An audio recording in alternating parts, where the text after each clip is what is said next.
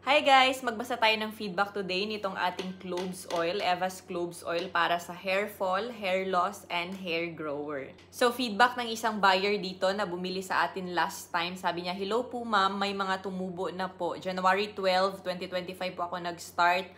After 3 weeks, may mga tumubo na po." Tatabunan ko lang ang kanyang pangalan guys kasi hindi kasi lahat gusto nila na nakikita ang kanilang pangalan or profile tapos may sinisend sila na ganitong picture. Then another buyer, nag-feedback siya, "Nagsuklay ko sa akong buhok. Nanlagas akong buhok.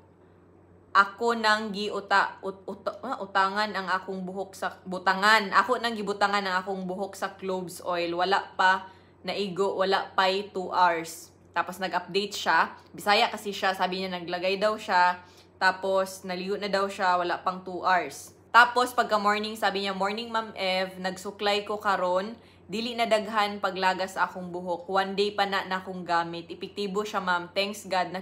Nakakita ra gyud ko sa solusyon sa akong buhok. Mao ni tinuod nga ads. Thank you." So ganito guys ha, ang time of result ay iba-iba kasi depende siya sa kondisyon ng buhok, sa kalala, at depende naman sa main cause ng hair fall problem. So may mga iba na isang lagayan pa lang, dalawa, nag-lessen na siya pagkabukas or nag-lessen na siya after mga 2 to 3 na applyan. Yung iba naman, kapag unang apply nila, tapos na ibabad ng maayos, nalagyan ng maayos, pagka next day niyan ay tumitibay na ang kanilang hair. Pero hindi po lahat. Yung iba naman 2 weeks, 3 weeks, yung iba naman after a month. Depende siya sa main factor ng hair problem. So yung iba talaga ay mabilis ang effect guys, mabilis ang result, pero hindi pa yan siya stable. Kaya sinasabi ko sa kanila na ipagpatuloy lang hanggang may laman pa ang bottle. Hindi pwedeng nag-apply ka ng twice or thrice or 1 week tapos tumitibay na ang hair mo, ay stop mo na siya. Ubusin mo na lang yung isang bottle kasi yung isang bottle naman ay siguro mga more than a month mo na siyang magagamit. Tapos, hindi kasi pa siya stable ang kapit ng buhok, guys. Hindi pa siya naka-recover. Hindi pa tumitibay ang kapit ng roots. Hindi pa naghi-healthy yung mga hair follicles. Kaya, sinasabi ko na ipatuloy talaga kahit nag-lessen na siya after ilang applyan. Yung iba naman, guys, after mga 3 weeks, 4 weeks, nauuna yung growth bago naman tumitibay yung buhok. Kasi nga, depende siya sa rason. Depende siya sa underlying cause. Kaya, hindi lahat same yung time of result, guys, na after 1 week, 2 weeks, 3 weeks, ganyan.